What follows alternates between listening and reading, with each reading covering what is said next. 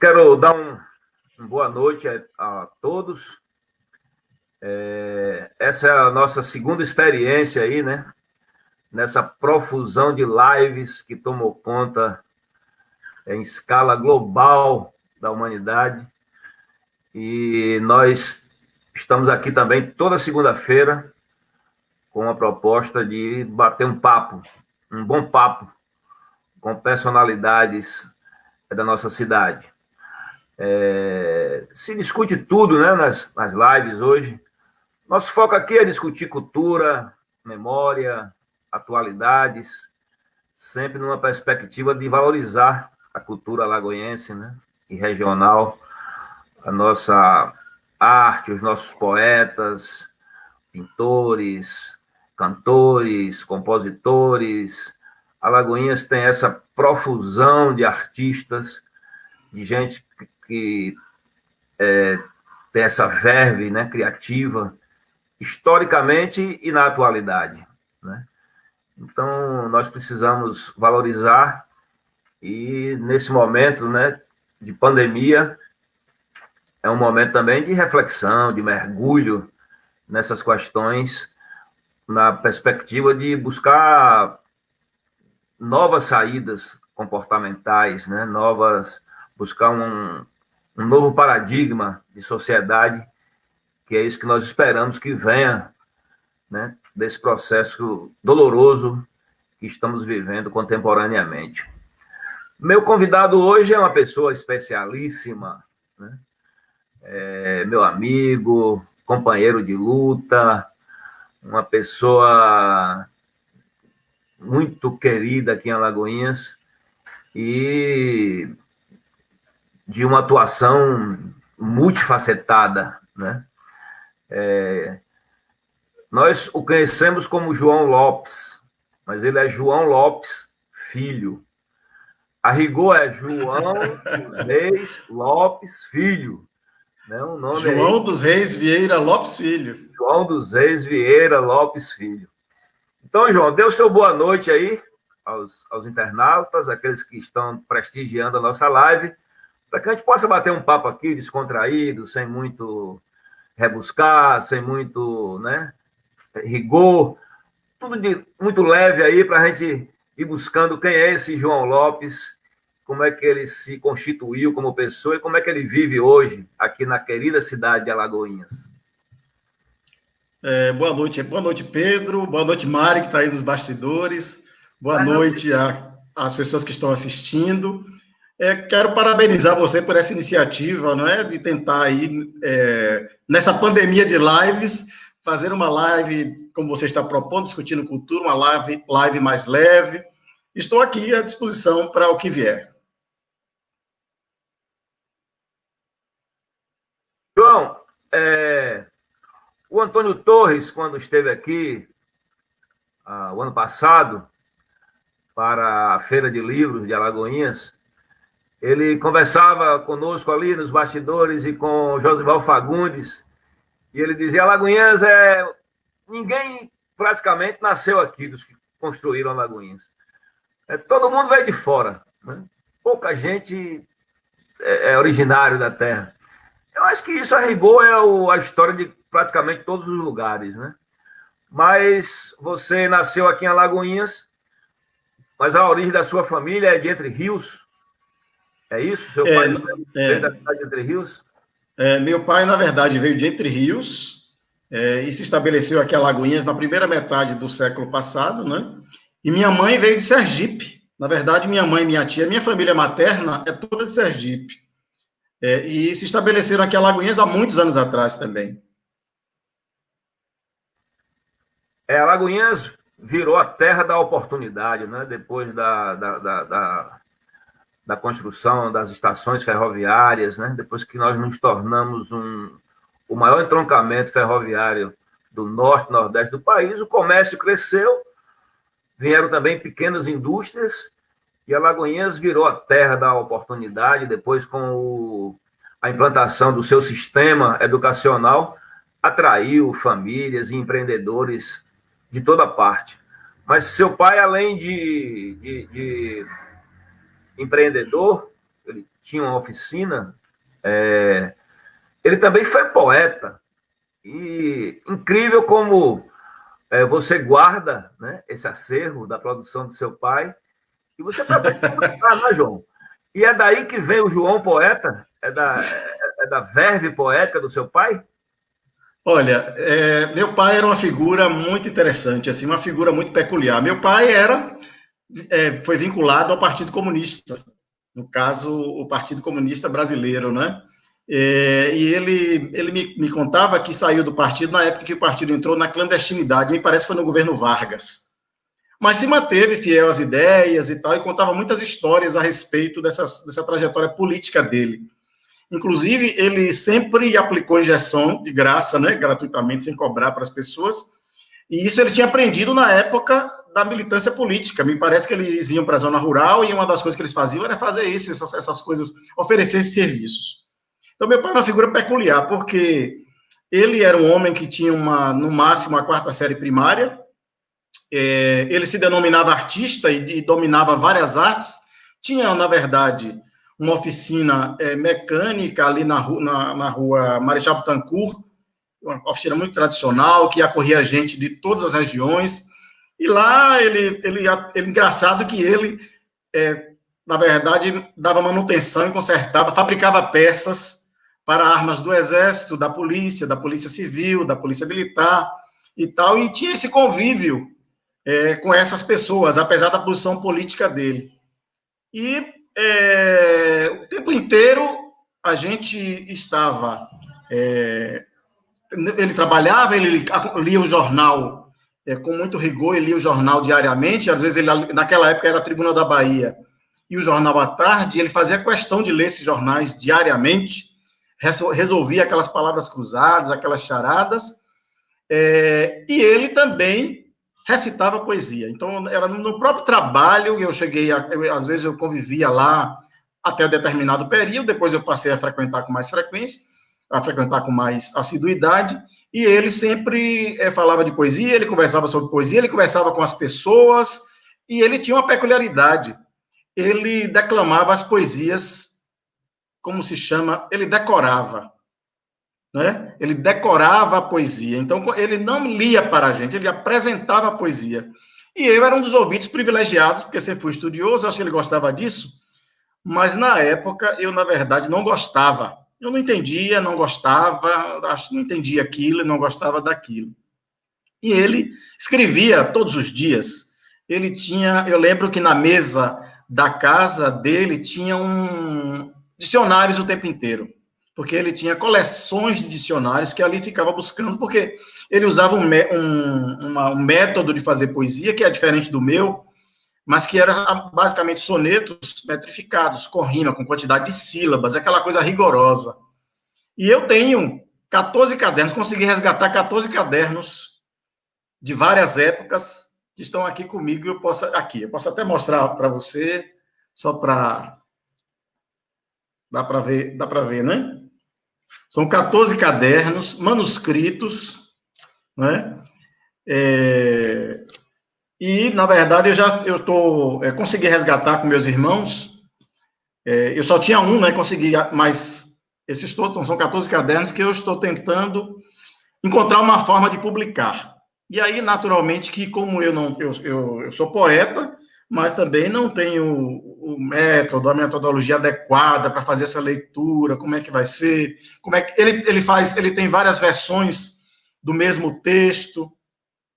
Então, eu já conversei com algumas pessoas da universidade, mas até agora não consegui encontrar uma solução, né? Mas parece que, pelo menos o que se esboça, é que eu vou ter que me dedicar a ler esses cadernos e definir os textos e publicar. Bom, o plano é publicar os poemas dele. Eu acho que ele ficaria muito feliz com isso, porque ele fazia isso como trabalho. Ele trabalhava, tinha um ofício, mas ele acordava cedo, às 5 da manhã, ia fazer poesia e fazia isso diariamente. Eu não estou lhe ouvindo.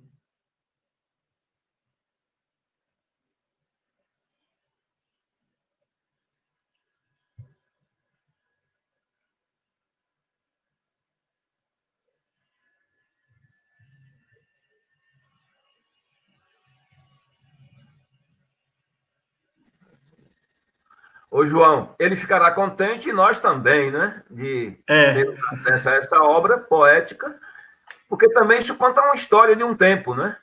O tempo Sim, em que ele viveu, né? O Antônio Torres fala de um juiz de direito aqui em Alagoinhas, né? Que foi preso, torturado, e a alegação esdrúxula é de que ele era homossexual, veja só, né? Preso na ditadura e acusado de ser pederasta, era o termo. E o Antônio Torres fala, não era por isso, é porque ele influenciava a juventude, né? Ele fazia recitais de poesia, saraus, e isso incomodava, né? Incomodava os setores conservadores, e esse juiz de direito veio a ser um desaparecido político, que o Torres pede muito que nós resgatemos a sua memória, né? Mas vamos tratar dessas questões mais adiante. Eu queria saber um pouco como é que o João Lopes viveu a sua infância aqui, em que colégios estudou, onde formou como foi que você se constituiu como cultura ou como pessoa e qual a influência que o ambiente cultural, educacional de Alagoinhas, né, influenciou na sua formação?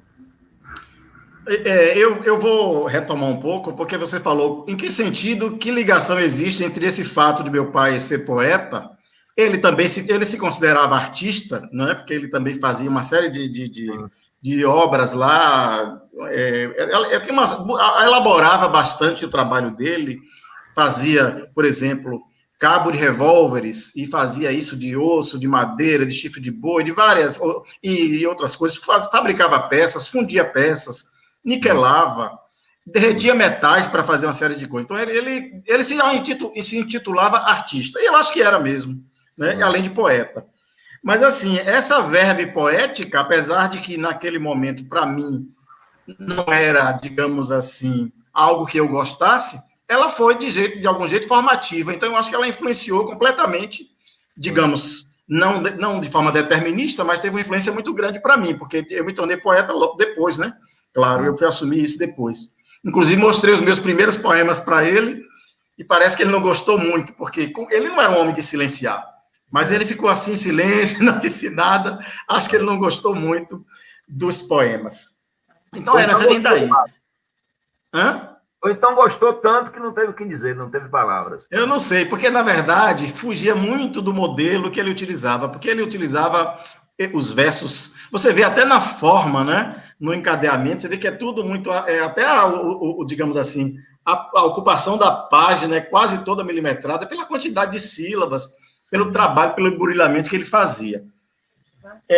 Bom, e eu acho que essa coisa da minha dedicação à cultura, às letras, às artes, ela vem da herança familiar, porque meu pai valorizava tudo isso. Meu pai era um homem que lia jornais diariamente, discutia política diariamente, e isso eu acompanhava. Eu também passei a ler os jornais a partir dele. E minha mãe não podia ver qualquer papel que tivesse escrito alguma coisa que ela estava lendo, apesar de também ter uma formação básica. Ela também incentivava bastante. Então, eles incentivavam bastante o estudo, a escola.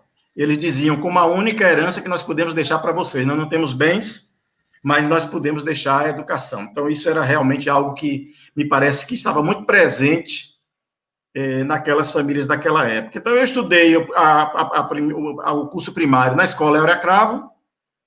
Depois eu fui fazer, na verdade, da 5ª à 8ª série no Centro Integrado Luiz Navarro de Brito, que era a grande escola de Alagoinhas, que centralizava várias outras. Depois eu fui fazer formação de professor lá no Colégio de Alagoinhas, quando ainda era uma instituição privada. E depois, algum tempo depois, já na Caixa Econômica, já trabalhando na Caixa Econômica, eu fui fazer o curso de História. Que, na verdade, é uma formação, o curso de História me deu base para todas as outras coisas que eu fiz em toda a minha história até agora. É realmente uma formação muito importante. Como a gente aqui trata de memória, e a gente quer puxar o fio dessa memória de Alagoinhas o máximo possível, no tempo que você estudou no ginásio de Alagoinhas, era o professor Arthur, o diretor? Você teve convívio com ele? Conte um pouquinho aí, Como é que você viu o professor Arthur? Olha, sim, me parece que quando eu fui para o Colégio de Alagoinhas, o colégio já estava, me parece que ele já estava num processo mais de decadência. Sim. E nós só tínhamos, eu não tive contato com ele direto, acho que eu só ouvi uma vez, eu estudei lá 3 anos, eu só ouvi uma vez, e ele era falar, quer dizer, na verdade era uma figura mítica ali, né? Todo mundo falava dele, na cidade e ali também, então o nome dele sempre era mencionado, sempre estava presente, mas eu não tive contato com ele, não tive contato direto, não vi assim muitas. Eu acho que ele também já naquela época já estava com uma certa idade, eu acho que ele não frequentava muito a escola. Mas eu só ouvia de nome mesmo, via falar, mas nunca tive contato direto. Não tínhamos essa presença. Pelo menos nesse período que eu estava, que foi mais ou menos 77, 78, 79. 1900, eu não posso estar dizendo datas aqui, não é? Sim. 1977, 1978, 1979. Foi uma escola importante de Alagoinhas, formou muita gente, né? Sim. Eu quero mandar um abraço aí para Nádia Freire Figueiredo, né? Ela manda uma boa noite aí. Normândia, beijos. E a Nádia diz que você só não pode dar spoiler sobre a quarentena. O ginásio de Alagoinhas foi a primeira cooperativa educacional do país. Esse é um dado histórico que a gente encontra aí na obra. Não sabia. Na obra de Salomão Barros e outros pesquisadores. Alagoinhas tem essa característica, né, de ser pioneira em várias iniciativas, e a gente precisa estudar melhor isso. Foi essa experiência de cooperativa educacional, depois veio o SENEC também, mas o ginásio de Alagoinhas foi quem deu início a essa iniciativa assim, importante em nosso país. João Lopes Filho, como é que foi essa sua vivência como bancário? Você passou 25 anos como funcionário da Caixa Econômica Federal? 25 não, 33 anos e meio. 33 anos. Como é que você analisa, João, essa experiência enquanto operário, bancário, né, uma categoria importante no nosso país, explorada? Como é que você vê hoje a exploração dos bancos? O próprio Paulo Guedes, né, diz que nós somos 200 milhões de trouxas, né? 80% da população brasileira são clientes de 5 bancos apenas.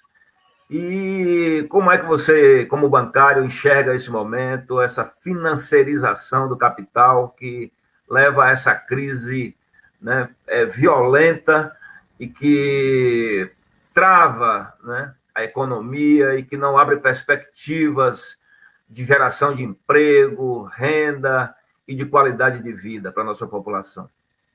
Essa é uma pergunta que dá umas 10 conferências, né, não, Pedro? Claro.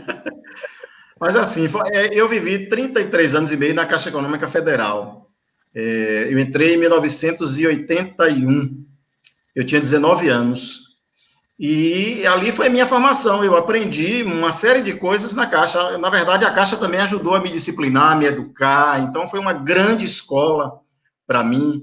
Foi lá também que eu fiz toda a minha formação universitária. Foi já trabalhando na Caixa, que eu fiz curso de História e outros aí.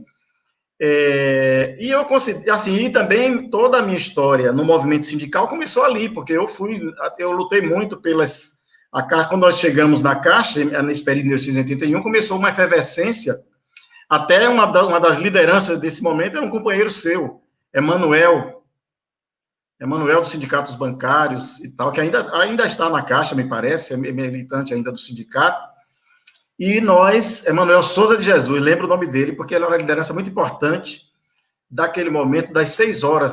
Lembro que nós não tínhamos ainda o Estatuto de Bancários, nós éramos considerados economiários. Naquele momento, a Caixa, eu não lembro se foi exatamente naquele momento que a Caixa estava se unificando, porque a Caixa era, na verdade, composta de várias caixas econômicas estaduais, e naquele momento ela vai se unificando, a Caixa foi se organizando, nós começamos a reivindicar também o nosso direito a sindicalização, então lutamos muito pela sindicalização, pela equiparação com os bancários, pelas 6 horas de trabalho, porque a gente trabalhava às 8 horas, e assim nós terminamos conseguindo tudo isso. A Caixa se foi se transformando, se transformou em banco múltiplo, né? Se transformou, foi crescendo, foi se unificando e se tornou essa mega empresa mundial que é hoje talvez o maior banco social da América Latina e um dos maiores do mundo. E eu estive nessas lutas todas, trabalhava bastante, mas ao mesmo tempo fiz militância política, porque eu fui delegado sindical várias vezes, estive presente em todos os movimentos grevistas desses 33 anos e meio, quando não estava liderando, estava ali junto, estava à frente, estava participando, mesmo quando não tinha mais, digamos assim, quando eu não teria mais benefícios com isso, por conta da ascensão salarial, né? Eu continuei apoiando e participando dos movimentos. Então, a minha militância política se deu muito ali. Eu fui do movimento sindical durante muitos anos, junto aos sindicatos bancários. E aí, assim, a Caixa Econômica já mostrou em vários momentos, inclusive agora, no pagamento desse benefício social, que eu esqueci o nome agora, a sua importância, né, como banco público, estatal, e que é um elemento fundamental para as políticas anticíclicas. Você sabe que ela foi muito utilizada no governo Lula, exatamente para poder conter e para ser um instrumento capaz de conter a crise global de 2008. E fez esse papel, emprestando, colocando crédito a juros mais baratos e tal. Então, a Caixa Econômica e os bancos públicos são instrumentos importantíssimos, como reguladores de mercado, inclusive, né, para que se faça políticas públicas. Eu não sei se em outro país, como, por exemplo, a Finlândia ou a Noruega, seria necessário ter um banco dessa espécie. Mas eu sei que no Brasil nós temos necessidade não só de ter esse banco, mas de ter empresas estatais estratégicas, né, que são empresas importantes, porque nós temos uma marca muito importante, muito presente no Brasil, que é a nossa vergonhosa, uma das maiores do mundo, se não for a maior do mundo, desigualdade, uma das maiores desigualdades sociais do mundo, se não for a maior. E isso precisa de vários instrumentos para se combater isso. É uma questão de democracia, é uma questão de cidadania. Isso aí, os bancos públicos têm um papel fundamental nesse processo. Com certeza. Uma das coisas que mais me doeu recentemente foi na reunião ministerial, o Paulo Guedes dizer que tem que privatizar logo a porra do Banco do Brasil. Olha, um banco, né, com mais de 150 anos de existência, que tanta importância teve no financiamento da produção, né, no campo e na cidade. O Banco do Brasil, que se espalhou pelo país inteiro, que vai onde os bancos privados jamais irão, né, para levar crédito, para levar desenvolvimento. E é dessa forma, né, assintosa, que o Paulo Guedes trata uma instituição que é cara ao povo brasileiro, como a Petrobras, como a Caixa Econômica Federal, né? E essas estatais que foram fruto de muita luta e de muito empenho de gerações e gerações, né? Nos legaram isso, e agora eles querem lançar a mão, se apropriar de um patrimônio que não é deles, para destruir, né, e para colocar a seu serviço. É triste, né, João?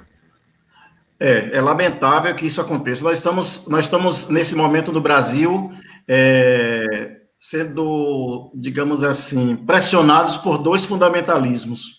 O fundamentalismo religioso, que se une ao fundamentalismo de mercado, não é?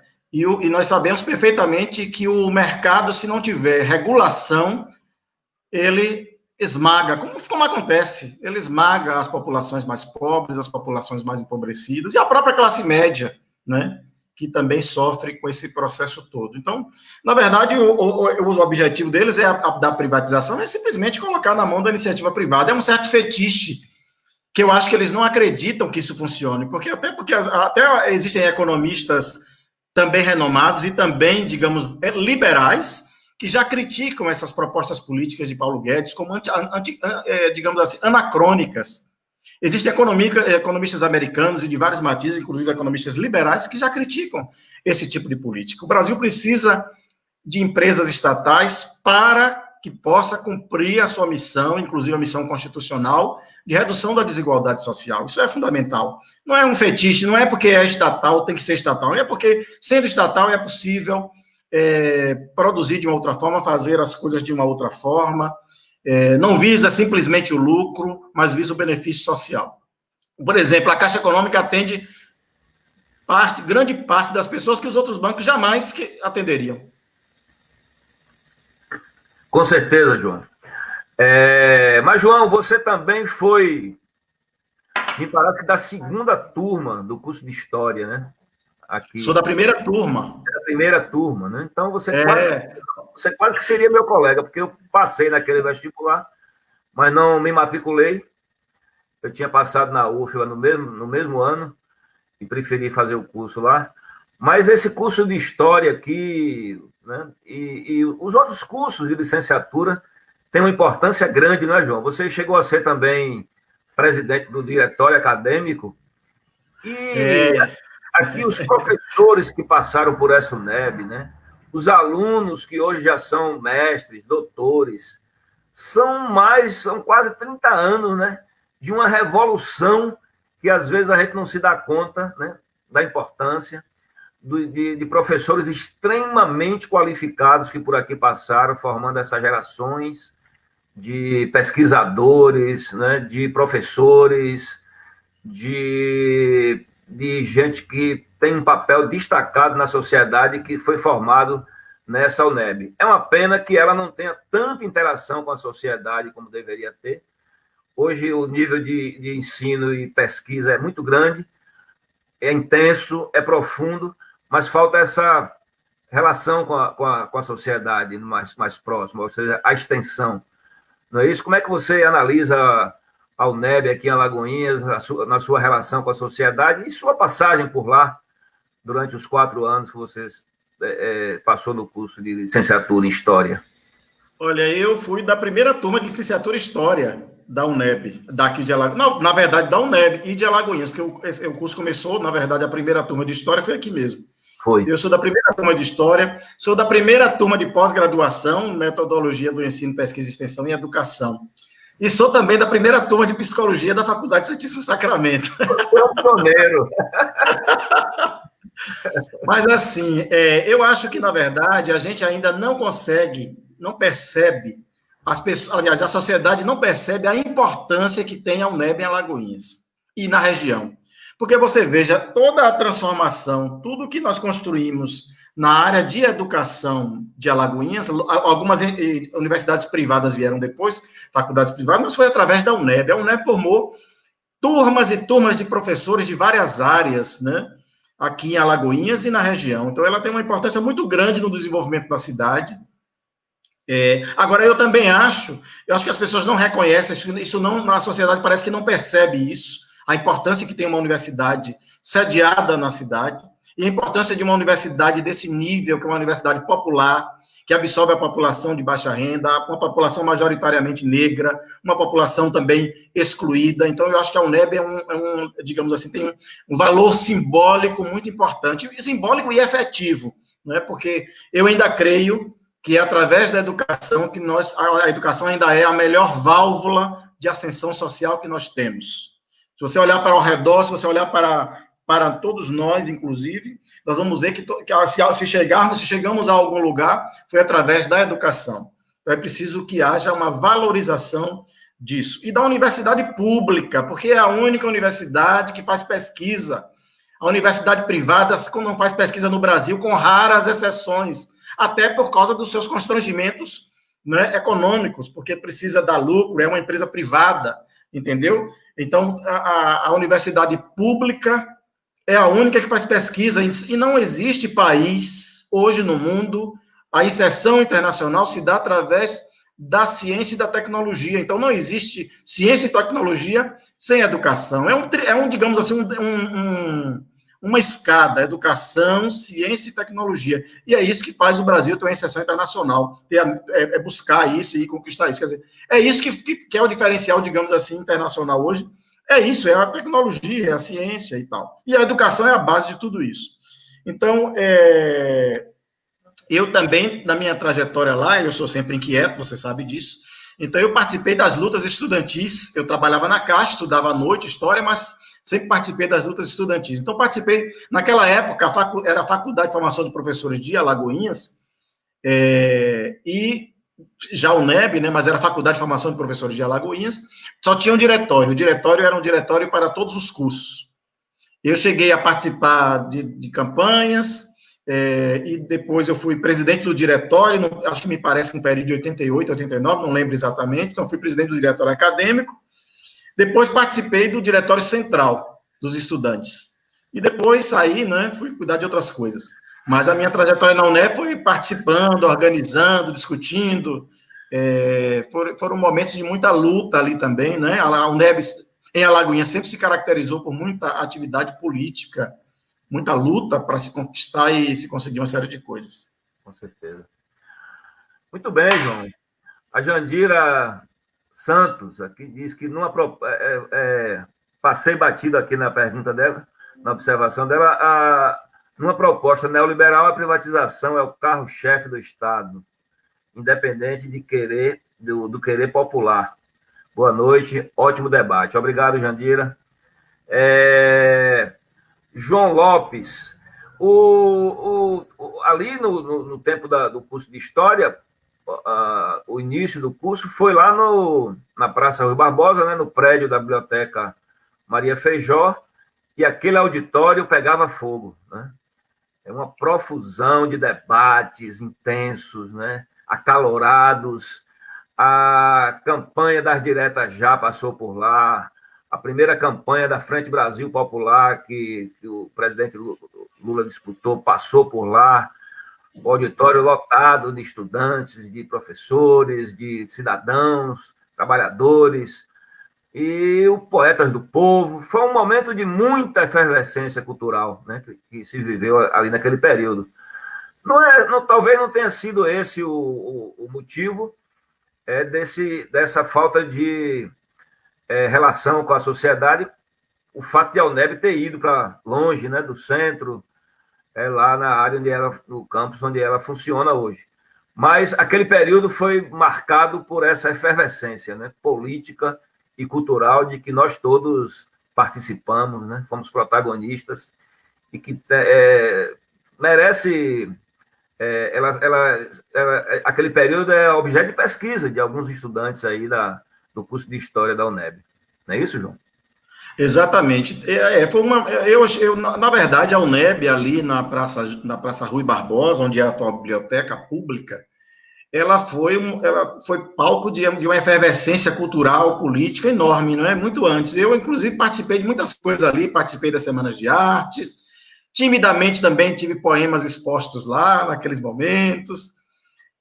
Então, ali a faculdade teve realmente uma importância muito grande em termos de efervescência. Aquele auditório, que é o maior auditório de Alagoinhas, Pedro, 600 lugares, ele já abrigou ali 600 pessoas. Nós fizemos ali, quando eu estava no governo, a Conferência Intermunicipal de Cidades, e nós abrigamos ali 600 pessoas.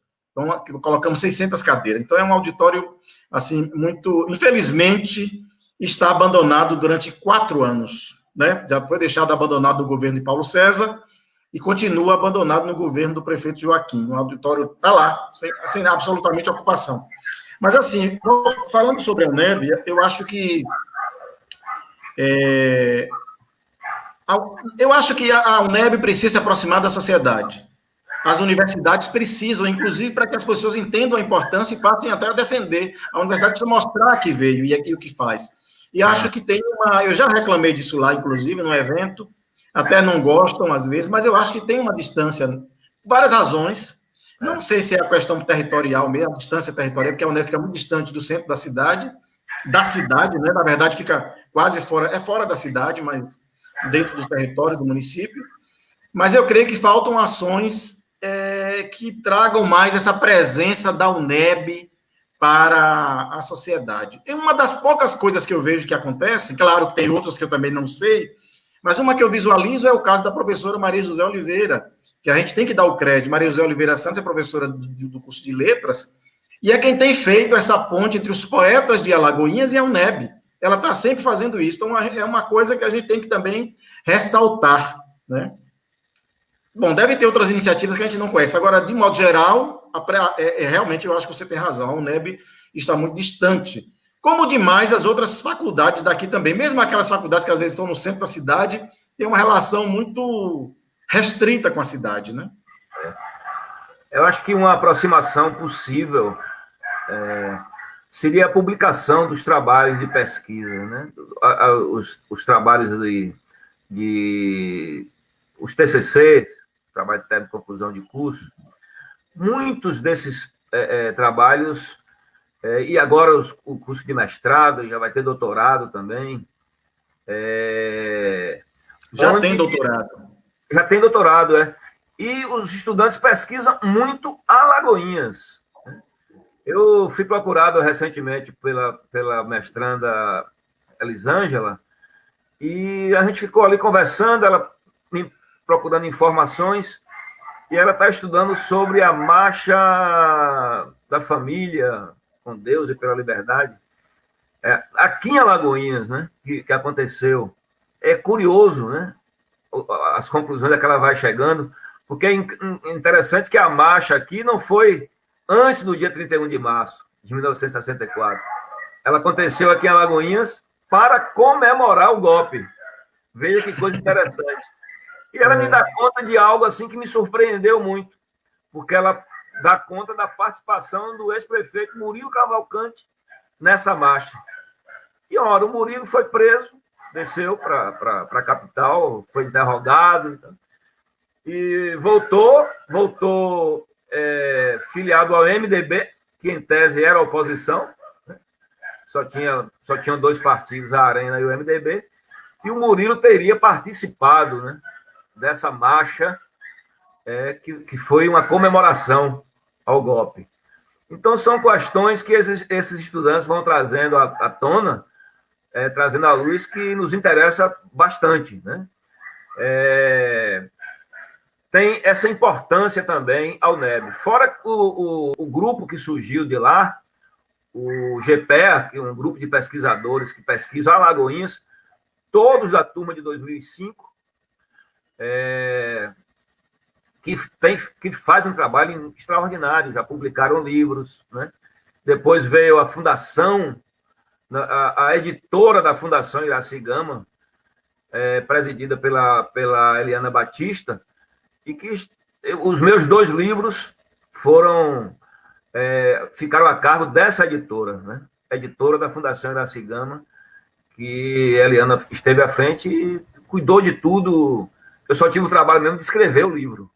Se você quiser, você passa para ela aí essa tarefa, embora ela talvez não esteja com tanto tempo mais, está morando em outra cidade, mas tanto o livro de seu pai quanto o seu, que você está devendo, a publicação do seu livro, a gente vai tratar disso mais adiante, a Adriana pode fazer. Então, é uma importância extraordinária, né, que a UNEB tem em nossa cidade, e essa questão da relação com a cidade também, eu acho que é um pouco da desimportância que os governos municipais dão, a Câmara de Vereadores, as outras instituições como um todo. Não vamos colocar esse peso só nas custas da instituição UNEB. João Lopes, nosso papo está muito bom, muito gostoso, aí as pessoas estão gostando. Temos 29 pessoas aí na live. Obrigado a todos. Você também teve uma passagem pela administração pública. Você foi secretário de governo no primeiro governo do Joséildo Ramos, né, que iniciou no ano 2001. E você foi... Eu era vereador, líder do governo, e acompanhei isso. Você foi um dos grandes responsáveis por essa guinada que a cidade deu, né? Porque o grande legado daquele primeiro governo foi a estruturação administrativa da Prefeitura de Alagoinhas, né? O fato de a contabilidade ser em outra cidade, né? E você conduziu um programa de modernização da arrecadação tributária do município, o plano de cargos e salário do professorado e dos dos servidores públicos municipais. Então, aquele período todo ali dessa reestruturação, que até hoje repercute, você foi um dos coordenadores principais como secretário de governo. E logo em seguida, no segundo governo, você foi secretário da Educação.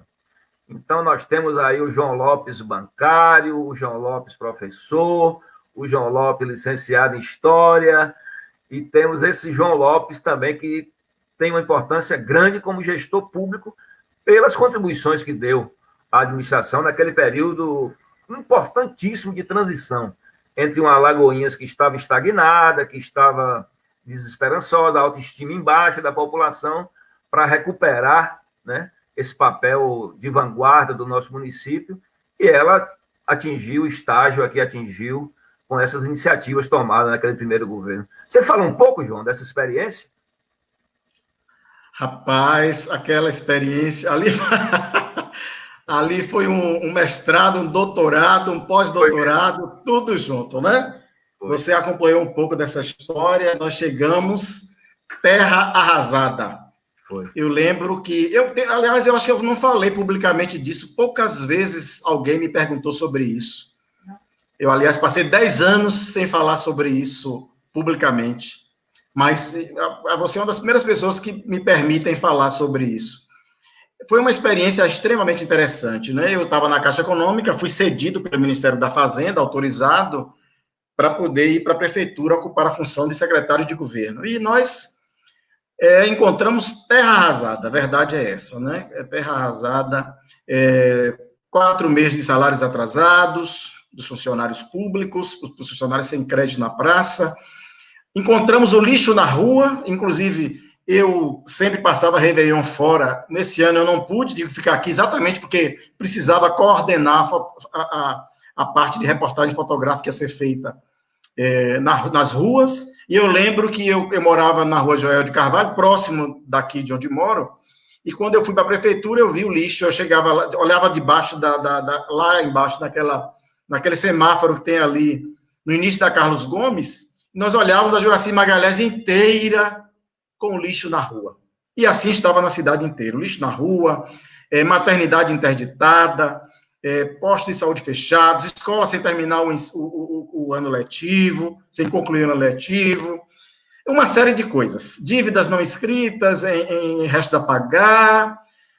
Para você ter uma ideia, não tinha nem uma moça que fazia a limpeza da prefeitura, ela fez, João, ligou para mim e disse, João, nós precisamos limpar o prédio da prefeitura, mas nós não temos nada, não tem nem material de limpeza. E eu disse a ela, minha querida, deixe sujo mesmo, porque a gente não tem como fazer nada antes de entrar. Deixe sujo mesmo, a gente entra sujo mesmo. Para você ter uma ideia, não tinha nem, eu estava na hora, nesse evento, não tinha nem que entregasse a chave para abrir a prefeitura. Precisou um funcionário ir buscar a chave, trazer para abrir a chave para entregar a prefeitura, entregar o prédio ao novo prefeito, que era Joséildo Ramos. Então, eu estava presente nessa confusão toda. Nós não tínhamos um papel de ofício no gabinete do prefeito para poder fazer a ata de posse. Tivemos, eu não sei como foi, improvisaram lá, buscaram e trouxeram. Então, para você ver que era uma situação de muito caótica, né? Era um caos. E nós chegamos para administrar isso. Então, foi muito difícil, porque a gente também, nós não tínhamos a experiência governamental, a maioria de nós não tinha experiência governamental, eu, inclusive, o próprio prefeito, mas utilizamos as experiências que nós já trazíamos das nossas diversas formações e tal. Eu utilizei muito do meu conhecimento da Caixa ali naquele momento. Então, passei 6 anos na prefeitura. Então, de fato, você tem razão ao dizer que, na verdade, a primeira tarefa nossa foi organizar, dar um mínimo de organização e formalizar os processos na prefeitura. Então, foi uma luta para poder fazer isso, organizar a parte fazendária, a parte administrativa. Fizemos a reforma administrativa, toda a reforma administrativa, a nova reorganização das secretarias, e também o novo Estatuto do Servidor, Estatuto do Magistério, novas leis complementares. Então, foi um processo na verdade, de formalização, de organização. Então, a prefeitura passei a ter uma formalização, uma organização, como deve ser órgão público. As coisas começaram a funcionar, né? E foi muito difícil, era um trabalho muito grande, porque nós tínhamos também uma oposição. Por exemplo, nós não tínhamos nenhuma rádio era incrível, ninguém era a favor, então a gente enfrentou também muita oposição, muita dificuldade para veicular aquilo que a gente pensava. Por isso que eu sempre digo e continuo dizendo, não temos imprensa livre. Ela é livre para os donos dos meios de comunicação. Esse instrumento que nós estamos utilizando aqui é livre, digamos assim. Mas a imprensa é livre, a liberdade de imprensa é apenas para os donos dos meios de comunicação, em geral. Né? Eu não me posto a essa crítica que está sendo feita, essa coisa agressiva e violenta que se faz contra a Rede Globo e outros. Porque nós sempre criticamos a Rede Globo, mas não por essa razão. Criticamos a Rede Globo porque ela nunca mostrou todos os lados da moeda, como, aliás, em Alagoinhas a imprensa também não fazia isso. E nós não queríamos que a imprensa apenas falasse bem do governo, mas que nos permitisse também colocar o outro lado. Então, foi uma relação muito complicada, muito difícil, mas foi uma tarefa grande. Depois eu fiquei 4 anos lá, ajudei, inclusive você foi parte disso, nós ajudamos a construir o governo, as nomeações, aquilo tudo. Eu participei diretamente, o processo de nomeação, constituição do governo, a ocupação dos cargos, e depois estive também na Secretaria da Educação por 2 anos. Eu pedi para sair em 2006 e saí em fevereiro de 2007. Muito bem. João Lopes Filho, vamos aqui ler o chat, né? A Sueli Suquita participou com a gente aí do Sarau dos Ventos. Ela disse que é ir além dos muros, precisamos ir além dos muros. A Jandira Santos, concordo com você, João Lopes. Inclusive, a UNEB precisa ficar mais próxima da sociedade e região, independente do poder público. Deveriam promover parcerias com empresas privadas e promover intervenções positivas na sociedade. Existem muitos estudos e pouca participação popular. As defesas de graduação ou mestrado são esvaziadas e tratam de temas interessantes e pertinentes à região. A Rosana Almeida parabeniza você, João. Parabéns, João Lopes. Obrigado. Obrigado a todos que estão assistindo aí, participando. Muito obrigado mesmo. Nessa profusão de lives, nós devemos estar concorrendo aí com umas 4 ou 5, né? Então. Inclusive está acontecendo uma agora de Antônio Torres. Nesse momento, né? Eu já quero anunciar aqui que no aniversário da cidade, eu vou fazer uma live aqui histórica com Antônio Torres e Jean Willis. Os dois já. Que ótimo. Então a gente vai comemorar o 2 de julho aqui, o aniversário da cidade, batendo um papo. Torres, de Petrópolis, de Itaipava, no Rio de Janeiro. Jean Willis, creio que está nos Estados Unidos, no momento, em Harvard. E eu quero sua participação aí, a participação de muitos alagoenses aí, para a gente comemorar a rigor da forma que o isolamento social nos está permitindo, né? Mas, João Lopes Filho, você também foi conselheiro, né? Representando lá a Câmara de Literatura, né, no Conselho Municipal do Patrimônio Cultural. Como é que você vê a cultura em Alagoinhas hoje, João, contemporaneamente?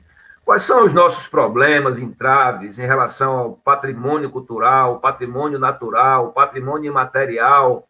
Você que passou por lá, há alguma esperança de que a gente ressignifique, né, a cultura alagoense, que a gente reconstitua parte desses prédios públicos que são históricos e que contam a história de um período da cidade? Você vê disposição para isso do poder público e da cidadania ativa alagoense? Pedro, eu, na verdade, participei do Conselho Municipal de Política Cultural de Alagoinhas. Eu fui lá como representante da Câmara de Literatura. E foi por acaso, porque eu já tinha dito aos meus amigos que ficavam me tentando, inclusive a professora Maria José Oliveira, eu dizia, olha, eu não quero me envolver em atividades burocráticas, eu quero cuidar da minha vida, cuidar da minha carreira de psicólogo, me dedicar a isso, porque a psicologia exige muito estudo, e estudo permanente, estudo diário, é uma formação muito difícil, né? Muito complicada e é eterna, digamos assim. E eu não queria me dedicar a atividades burocráticas. E aí, mas terminei indo para o Conselho Municipal de Política Cultural, e aí fiquei, na verdade, digamos assim, estupefato com o que eu encontrei lá. Primeiro que, na verdade, as pessoas não valorizam as instituições que as representam. Então, os próprios artistas, aliás, a classe, eu não gosto do termo classe, porque classe aplica outra coisa, mas, assim, a comunidade artística, em geral, e aqui em Alagoinhas especialmente, é muito fragmentada. E a gente sabe perfeitamente, se fragmentou, perde. Isso a história já nos mostra o tempo todo. Fragmentação significa perda para os mais fracos. Porque os poderosos, aqueles que estão no poder, em qualquer circunstância, sempre se unificam. Mas o povo sempre está desorganizado. Então, isso aí é derrota. Desorganização, fragmentação é derrota. Então, o que nós vimos é o seguinte: a gente, apesar das convocações, a participação da parte dos artistas no conselho é muito precária. A participação do povo da literatura, muito. Eu convocava reuniões, porque eu achava que, eu sempre disse, eu sou representante. Eu não sou o dono. Eu apenas trago o pensamento. Eu não sou o único que pensa nessa história. Mas, infelizmente, as pessoas se ausentavam, porque é muito comum no Brasil isso. A gente ainda não saiu desse estágio, que é, olha, eu elejo um representante, pronto, eu elejo um representante e deixo para lá. Inclusive, deixo o pepino na mão dele, não participo do processo. Então, enquanto a gente for assim, Pedro, a nossa sociedade vai patinar. Ou a gente se organiza, ou a gente encontra formas de organização, e tem várias formas, ou então a gente vai ficar à mercê do poder, dos poderosos, das classes privilegiadas, como ficamos hoje, não é? Você vê que a reunião ministerial, aquela reunião que era secreta e foi divulgada, mostra claramente o que essas pessoas pensam sobre o povo, sobre nós todos, sobre os trabalhadores, porque o que eu gostaria de falar é o seguinte: a classe média, eu faço parte dela também, muitos outros, inclusive muitas pessoas que estão assistindo, pensa que não é trabalhadora. Ora, minha gente, se você é trabalhador assalariado, pequeno e médio empresário, você está no mesmo barco. Você está no mesmo barco, o barco é o mesmo. Os donos, na verdade, a classe que domina, a classe dominante, a burguesia, como alguns chamam, como os meninos do PSTU gostam, eu acho que o PCdoB também.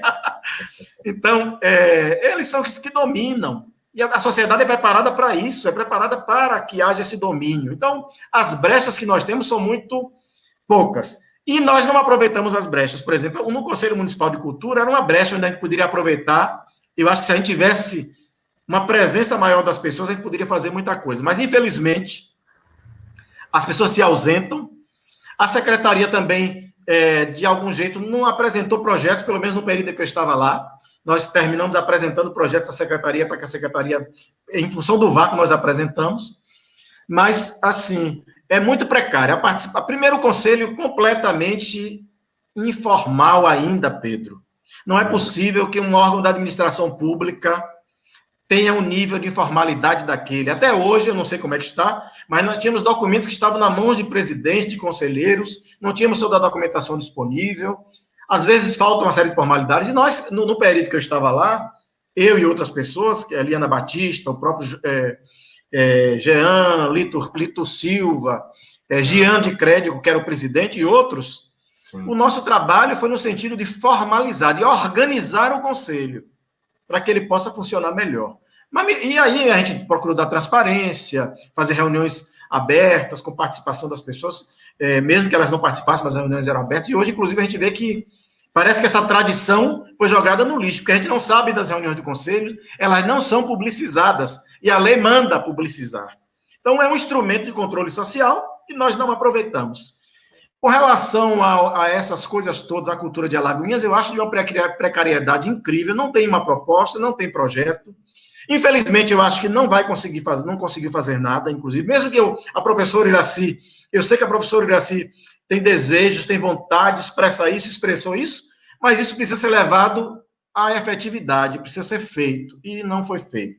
E, claro, os recursos também são mínimos, a cultura não é valorizada, então acho que nós estamos, em termos de cultura, há vários governos, viu, Pedro? Há vários governos num nível de precariedade muito grande. E, às vezes, atendendo de uma forma não democrática, porque eu acho que o recurso público tem que ser, o tratamento do recurso público tem que ser aberto, público, para todos poderem participar. Né? Então, acho que tem que criar mecanismos nesse sentido. Eu acho que ainda a coisa é um pouco ainda muito fechada. Eu não acho que haja tantos recursos para fazer essas transformações no patrimônio que você propõe, que você pensou aí, que você mencionou. Acho que não há recursos, não há recursos para isso e nem há interesse, não há interesse nenhum. Você veja a biblioteca pública, que poderia ser um espaço para ser utilizado pela cidade, que reduziria de toda forma os custos da prefeitura com aluguel de espaço para uma série de eventos, de reuniões, de coisas tais, e o auditório está lá. Eu cheguei naquele auditório em junho de 2017, 18, no primeiro ano que eu estava no Conselho Municipal de Política Cultural, estive lá com o Dededo, que é artista plástico, e Luiz Ramos, artista plástico. E nós subimos. E eu encontrei o auditório do mesmo jeito que eu encontrei quando nós chegamos do governo do PT em 2001. Sem uma cadeira, com o teto, com o forro todo caindo e fechado, sem utilização. E 17 anos depois encontrei a mesma imagem, e durante 4 anos não se fez nada. Então, eu acho que a utilização, o auditório poderia, só o auditório poderia servir a cidade para vários eventos, para várias coisas. Então, acho que isso a cidade nos deve, né? Esse governo nos deve isso, não apresentou, não conseguiu. Agora, parece que a Secretaria da Cultura, na última vez que eu estive lá, conseguiu pelo menos reformar o saguão, né? Pintou a biblioteca, ficou muito mais bonita, foi uma pintura, colocou lâmpadas, e parece que no saguão de cima também reformou. Mas o auditório, até onde eu sei, continua do mesmo jeito. Então, eu não vejo perspectiva. Primeiro que eu acho que não tem mais condição, agora nós estamos num momento crítico, que não tem mais condição de se fazer mais nada, o governo não vai conseguir fazer mais nada, né? O que vai fazer é tocar algumas coisas que está fazendo. Não tem, acabou, e depois chegou, não sei se a eleição vai ser prorrogada ou não, vem o processo eleitoral e impede uma série de coisas serem feitas. Até então, eu sei que, por exemplo, parece que o Fundo Municipal de Cultura não tem nem 100 mil reais mais, então, pelo menos é o que eu sei, né? Então, eu não vejo muita perspectiva, não. Foi muito bom ter participado disso, Pedro, porque eu pude perceber a realidade, ter contato com essa realidade caótica. E aí eu penso assim, nós precisamos de uma reforma do Estado. Não é a reforma que Fernando Henrique propunha, é mais do que aquilo. Uma reforma do Estado. O Estado brasileiro, tanto o nacional, quanto o Estado mesmo estadual, que eu não sei se é essa a forma de chamar, quanto o ente municipal, o Estado local, eles não estão preparados para servir a população. São extremamente burocráticos, antidemocráticos, né, pouco transparentes e muito ineficientes. Então, é preciso uma reforma do Estado, no sentido de democratizar, radicalização democrática, transparência, transparência no uso do gasto, direcionar o gasto público para atender as populações mais pobres e para ir tentando aplacar um pouco da desigualdade social, inclusive na cultura. É preciso direcionar o recurso da cultura para aqueles mais necessitados, para os mais frágeis, entendeu? Então, acho que eu não quero falar muito, já estamos, me parece, já extrapolamos o tempo, e nem falei da poesia. João, você abordou questões importantes. Eu sou daqueles que defende uma das saídas para a geração de renda e emprego, a economia da cultura, a economia criativa. Acho que é uma das vertentes que nós, alagoenses, deveríamos aprofundar bastante e consolidar políticas públicas nessa direção. É uma profusão de músicos, né? De compositores, de poetas, de cronistas. Tem gente fazendo até cinema em Alagoinhas. Nós temos aí vários alagoenses que passaram por aqui, que abrem os caminhos para essa pleiade de artistas, né, de criadores. Então, eu leio e me convenço de que essa é uma possibilidade concreta que nós deveríamos examinar. Os Estados Unidos, por exemplo, 1/3 da sua economia um terço do PIB americano vem da economia criativa. Né? E a França? Feiras, e a França? A França. Feiras de arte, né? Feiras de livro, da culinária. Então, nós temos tudo para consolidar uma política dessa natureza e vamos continuar aqui debatendo. Mas você está devendo a publicação do livro, né? Eu li hoje seus poemas na Quanta Palavra, que é onde eles estão lá, né, publicados. Eu queria que você falasse disso aí, como é que as pessoas podem acessar essa sua obra. É no nível, assim, de João Cabral de Melo Neto. Né? João Lopes. É de uma... Exagero. Seus poemas são de uma profundidade, de uma singeleza, de uma beleza extraordinária. Aliás, obrigado. O Luiz Eudes já tinha no Viral Poético, que é uma iniciativa espetacular do povo lá de Sátiro Dia, do Junco, tinha falado sobre sua obra, e de fato é importante, e você vai estar devendo a publicação desse seu livro e a do seu pai, né? E nós vamos ajudá-lo a consolidar isso. Mas você vai falar disso ao encerrar, mas eu queria que você falasse um pouco dos 2 saraus que você esteve à frente e está, que é o Sarau do Boi Encantado, um evento consolidado na cidade, de muita adesão, de muita presença dos alagoenses, e a iniciativa do Sarau dos Ventos. Eu participei o ano passado de todas as edições, e inclusive tive a honra de, no último sarau, apresentar a vida e obra do Vinícius de Moraes e recitei alguns poemas, e saí de lá com um sentimento tão de felicidade, né? de a alma lavada. Alguém que estava presente disse ao final, né? Hoje nós todos saímos daqui impregnados de Vinícius de Moraes. Então, a poesia tem esse condão mesmo, né? De encantar, de lavar a alma, né? De nos tornar mais humanos, mais solidários. A poesia me parece que é o grande remédio da humanidade. A poesia e a arte, em geral. Então, João, fale um pouco aí do Sarau do Boi Encantado, Sarau dos Ventos, para a gente também ir chegando ao final aqui do nosso gostoso bate-papo. Eu gostei muito. Temos quantos minutos? Nós já passamos de 1 hora, mas temos um tempinho aí para fazer o encerramento, as considerações finais. Tá bom. Não, eu concordo com você. A economia criativa ela é um grande criador de riqueza, né, e distribuidor de renda também. Infelizmente, a cultura no Brasil está sendo demonizada, não é? A pluralidade cultural, um país como o Brasil, por exemplo, se você for pensar que o Sarau do Boi Encantado, com recursos, o Sarau do Boi Encantado recebeu de patrocínio ano passado, pela primeira vez, R$ 1.900 e alguma coisa.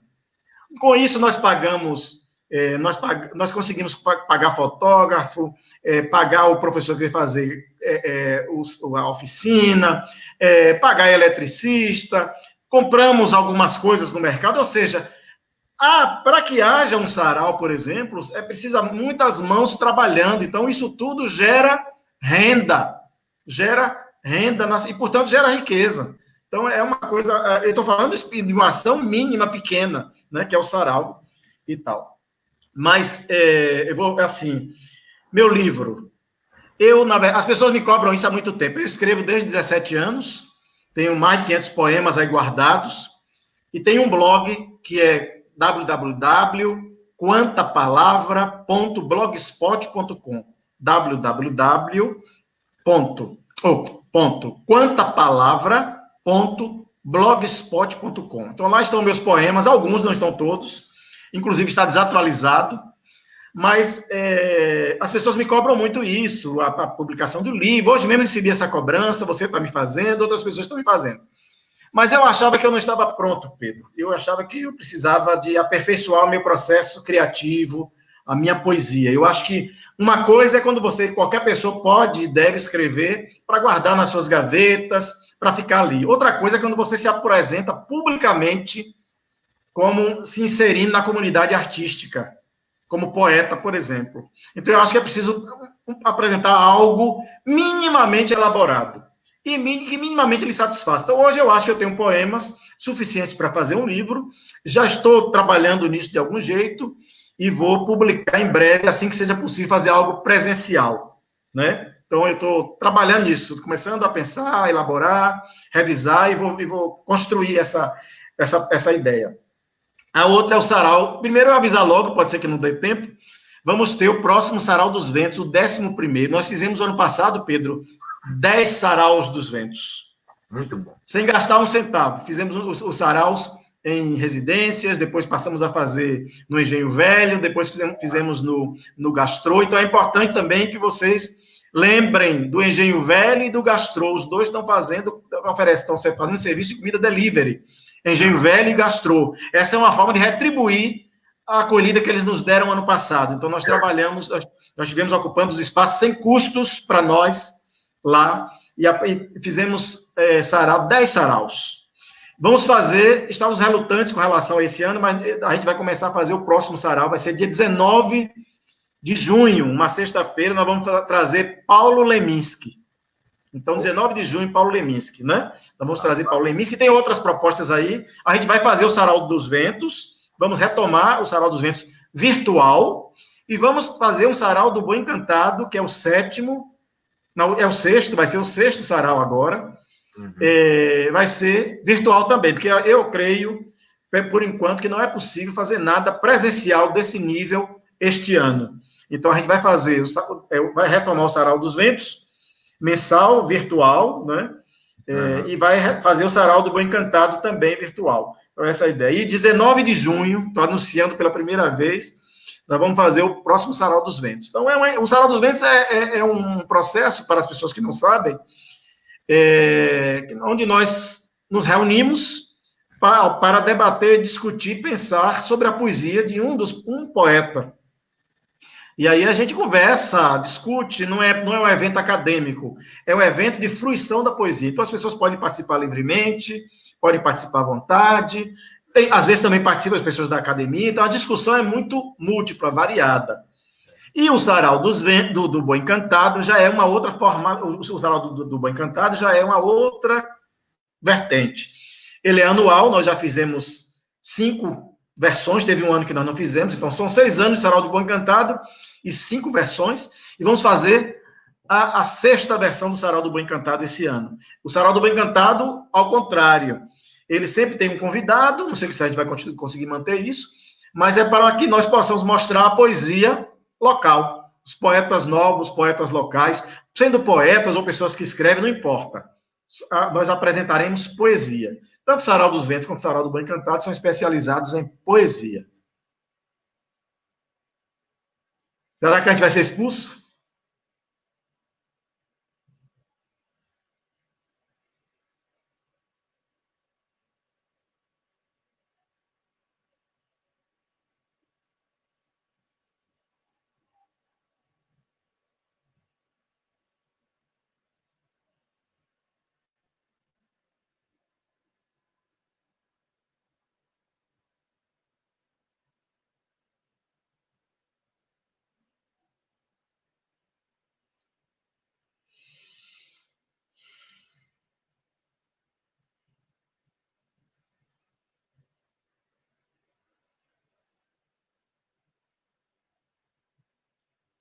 Saímos do ar, foi?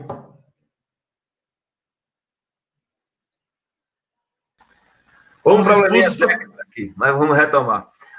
A Jússi Cardoso, eu dizia que é essa mulher, né, destacada do movimento feminista de Alagoinhas, uma grande cidadã, licenciada em História também, e a Jússi tem o Dialogando, né, toda terça-feira, que já é uma marca registrada, eu não perco as lives dela, às terças-feiras. Está no ar ainda? Está no ar ainda? Tá sim.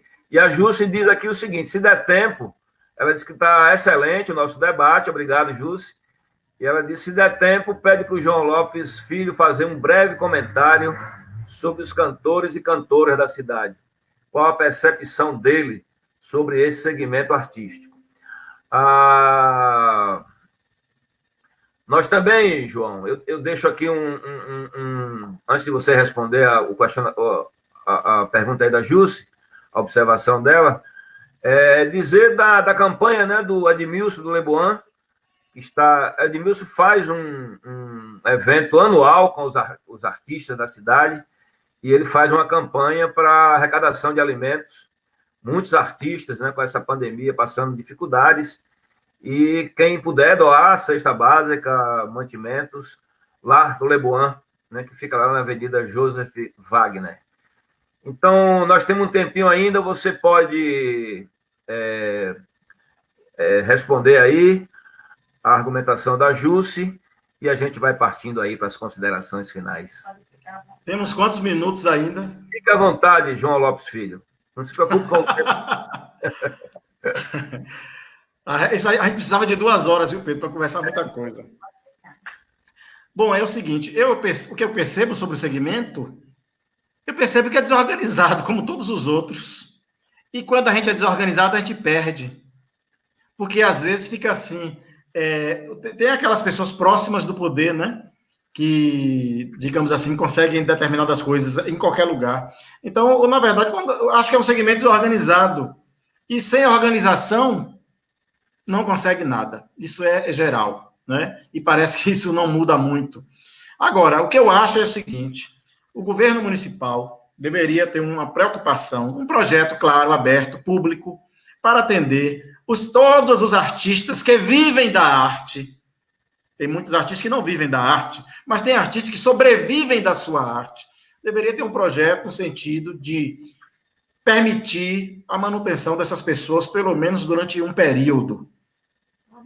Aliás, eu acho que faltou isso no país. Nós precisamos ficar afastados fisicamente, socialmente não, porque, por exemplo, nós estamos aqui, né? Nós aqui e outras pessoas ao redor aí. Nós estamos distanciados apenas fisicamente. Precisamos porque há uma recomendação nesse sentido. A gente sabe perfeitamente, todo mundo é consciente já, né? Pelo menos deveria ser, do que acontece quando as pessoas ficam se movimentando pela cidade. E, de fato, é preciso... A parada da economia, a paralisação da economia tem consequências drásticas. Vai ter de qualquer jeito. Mas o melhor remédio para os problemas da economia neste momento é combater a pandemia. Para evitar... o maior remédio para o problema da economia é combater a pandemia. E combater a pandemia inclui, claro, testagem em massa, parece que não está acontecendo, e o distanciamento físico, o distanciamento social, que eles chamam. Né? E claro que isso prejudica aqueles artistas que vivem, todos os artistas de todas as artes, que vivem do seu trabalho, que vivem da sua arte. Então, deveria existir um investimento. Aliás, não há, porque, inclusive, o que nós estamos percebendo é que no momento da crise mais profunda que nós estamos vivendo da nossa existência, o governo federal fica fazendo diatribes, não tem uma proposta, fica fazendo diversionismo, lutando contra governadores, brigando com os governadores, brigando com prefeitos, ao invés de sentar todo mundo, dependente das divergências, e cuidar de uma coisa maior nesse momento. Agora é o momento de sentar e juntar e colocar um pouco as divergências de lado, como está acontecendo aqui na Bahia, com o governador do estado e o prefeito da capital, o ACM Neto, que estão fazendo... Pode-se ter críticas, mas estão fazendo, eu considero que estão fazendo um bom trabalho em Salvador, né? E que estão conseguindo dialogar. É isso o que precisa acontecer nesse momento. Não precisa pagar diferença, mas acho que o governo federal não está contribuindo. Então, nós não temos ainda um mecanismo para que nós possamos injetar dinheiro na economia. Ou seja, claramente, dar dinheiro às pessoas para que elas possam sobreviver, inclusive poder se manter e consumir para atender às suas necessidades básicas nesse momento. Então, eu acho que a mesma coisa vale para os artistas, né? Mas acho que é muito difícil. Acho que ficamos muito... Eu acho que a gente pensa muito pouco e a gente também contribui muito pouco. Os artistas também não se organizam, não pressionam. Nós temos responsabilidade. Agora, o poder público, claro, quem é o gestor da crise, deveria acenar com alguma proposta. Eu não sei se existe, né? Alguma proposta no sentido de garantir a manutenção dessas pessoas nesse período. Acabou de ser aprovado a Lei Emergencial da Cultura, né? O projeto da Jandira Fegali. Os municípios receberão, né, recursos para atender a esse segmento e vamos acompanhar como é que ele vai repercutir aqui em Alagoinhas. Queria mandar um abraço, João, para o querido amigo Oscar Paris, que acabou de entrar prestigiando a nossa live, o Admilson Leboan também acabou de entrar. E, João, vamos encerrando mesmo. Eu quero saber como é que o psicólogo João Lopes está enfrentando esse momento de isolamento social. O que é que você Nádia Freire está aí. Oi? Não sei se Nádia Freire está assistindo, ela disse, não dê spoiler. Depois vocês vão saber por quê. Como é que você está enfrentando a pandemia? Como é que você, como psicólogo aí, que mensagem você deixa para quem está nesse isolamento social, que não é fácil, né? A gente vê que problemas cruciais decorrentes desse isolamento vão se revelando, por exemplo, a violência contra a mulher nos lares, mas muitos outros problemas poderão surgir, de depressão, né, de as pessoas no desespero. O que é que você recomenda aos nossos conterrâneos? Como é que nós devemos nos auxiliar, nos ajudar nesse processo, interagindo a nível familiar, com os amigos, na relação com a poesia, com a música, para que a gente possa passar mais célere e de forma mais exitosa por esse momento que eu acho que nunca nenhum de nós contemporâneos enfrentamos, porque pandemia nesse nível foi só no século passado, né?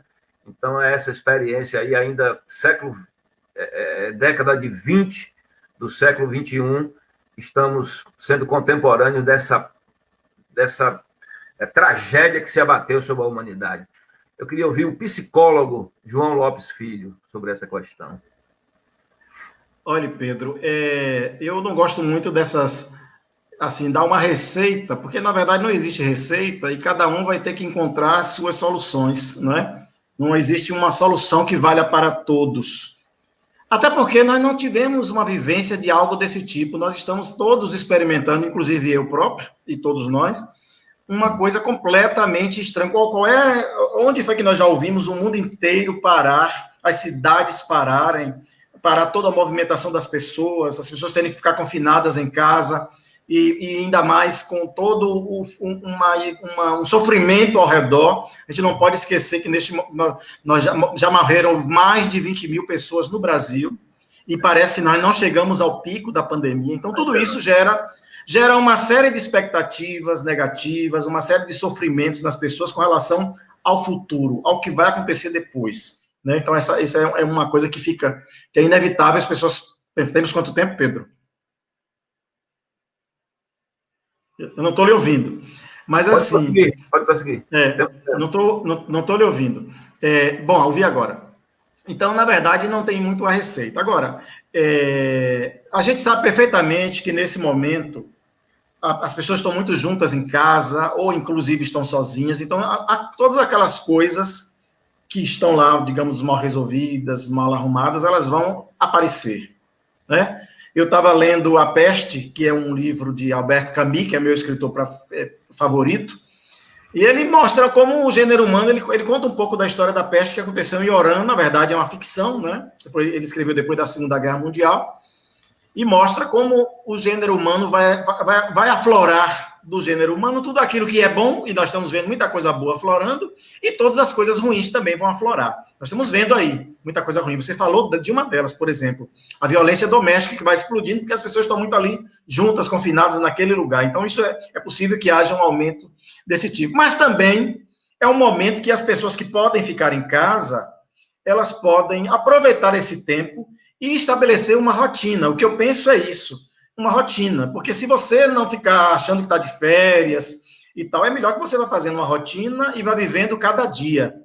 Fazendo coisas interessantes, coisas que gosta, cuidando de coisas que não tinha tomado cuidado ainda. Eu mesmo estou, por exemplo, eu não estou aprendendo a cozinhar. Eu estou tendo que cozinhar, porque eu não cozinhava, né?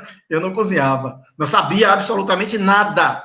Estou cozinhando, estou lendo muito, estudando, lendo poesia, fazendo poesia, conversando com muitas pessoas. Então é importante que você mantenha esses canais de comunicação com as pessoas, vejam filmes, leiam livros. Então tem que aproveitar esse tempo e não deixar o tédio tomar conta, né? Porque o tédio fica bem próximo desse confinamento. Então não existe uma receita que valha para todos.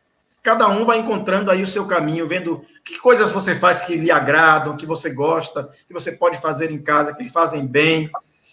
Que coisas que você não estava dando atenção que você precisa dar. Será um vai fazer meditação, outro vai estudar, outro vai ler, outro vai fazer outras coisas, ou vai cuidar da casa, organizar coisas que estavam desorganizadas, fazer coisas que tinha vontade de fazer que não fazia. Então, é um momento também, apesar de todo o sofrimento que há e todo o sofrimento que está no mundo, em que pode se aproveitar aqueles que podem para fazer muitas coisas interessantes e aprender coisas novas também. Tem uma disponibilidade enorme aí de filmes, de festival. Agora mesmo tem o Festival Varilux, 50 filmes franceses gratuitos aí na internet. Tem livros disponibilizados na internet. Então, procurar ler, procurar cultivar hábitos que você não tinha. Quem tem planta aí que está em casa que pode cuidar das plantas. Ou seja, tem uma série de atividades que podem ser feitas. Porque, veja bem, se você não pode sair de casa, ou se só pode sair de forma muito restrita, procure fazer coisas que possam ser feitas dentro da sua casa, coisas agradáveis, coisas que você goste, coisas que lhe façam bem, que você já sabe que lhe fazem bem. E, às vezes, fazer experiências, experimentar coisas novas, experimentar coisas que você não fazia, que pode vir a fazer. Então, não tem uma receita, não é? Uhum. E se precisar de ajuda psicológica, procurar. Tem psicólogos que estão atendendo aí online, que podem ajudar, entendeu? Que podem, você pode recorrer também a isso, recorrer aos amigos, conversar, falar. É importante também falar sobre as angústias, não ficar com as angústias presas, mas conversar com alguém, seja um amigo seu, qualquer pessoa. Então, tem muitas saídas e nós precisamos ser inventivos nesse momento em que é uma novidade completa para todos nós. Eu estou em casa, só vou ao supermercado, por exemplo. Né? Eu posso estar em casa nesse momento, não estou, e outras pessoas não podem, tem que circular por alguma razão, porque estão trabalhando e tal, deve se tomar as precauções, mas a gente está aí sem saber o que vai acontecer. Então, tudo isso gera uma série de expectativas negativas, de especulações, né?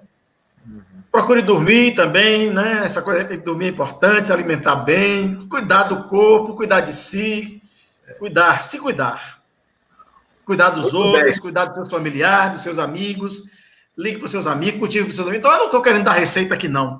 Eu estou dizendo algumas coisas que eu faço e que eu acho que muita gente está fazendo, e que eu acho que eu estou lendo que outras pessoas estão fazendo, e que tem efeito positivo nesse sentido. Mas não tem uma receita, cada um vai encontrar seu caminho aí. Exatamente.